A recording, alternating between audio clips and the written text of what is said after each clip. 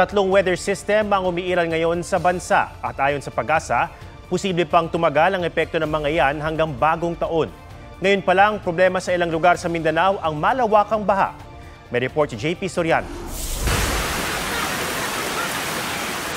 Nagtulong-tulong ang mga lalaki iyan na buksan ang gate dahil natrap ang ilan nilang kapitbahay. Rumagasa kasi ang baha sa Don Marcelino sa Davao Occidental kagabi. Sa bayan ng Malita, nawasak naman ang isang tulay. Nagmistula namang ilog ang kalsadang yan sa Maitum, Sarangani, pati malalaking truck na hirapang makausad. Sa Tuguegarao City, isinara na ang isang tulay na inabot ng umapaw na ilog. Ayon sa PAGASA, tatlong weather system ang nakakaapekto sa bansa. Nagpapaulan sa Northern Luzon ang Northeast Monsoon o hanging amihan.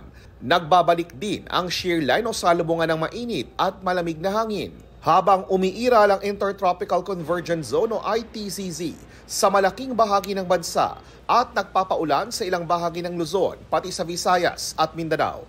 Sa datos ng Metro Weather, halos buong weekend maulan sa buong bansa. Sa special weather outlook ng PAGASA hanggang bagong taon, walang nakikitang bagyo o sama ng panahon na posibleng mabuo sa loob ng Philippine Area of Responsibility. Pero maghanda dahil may mga pag-ulan pa rin sa bisperas ng bagong taon hanggang sa unang araw ng 2025. Posible ang maulap at kalat-kalat na ulan lalo na sa Eastern Visayas at Mindanao dahil sa ITCZ.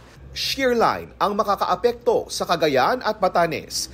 Di rin inaalis ang tsansa ng thunderstorms sa natitirang bahagi ng bansa. JP Soriano, nagbabalita para sa GMA Integrated News. Huwag magpahuli sa mga balitang dapat niyong malaman.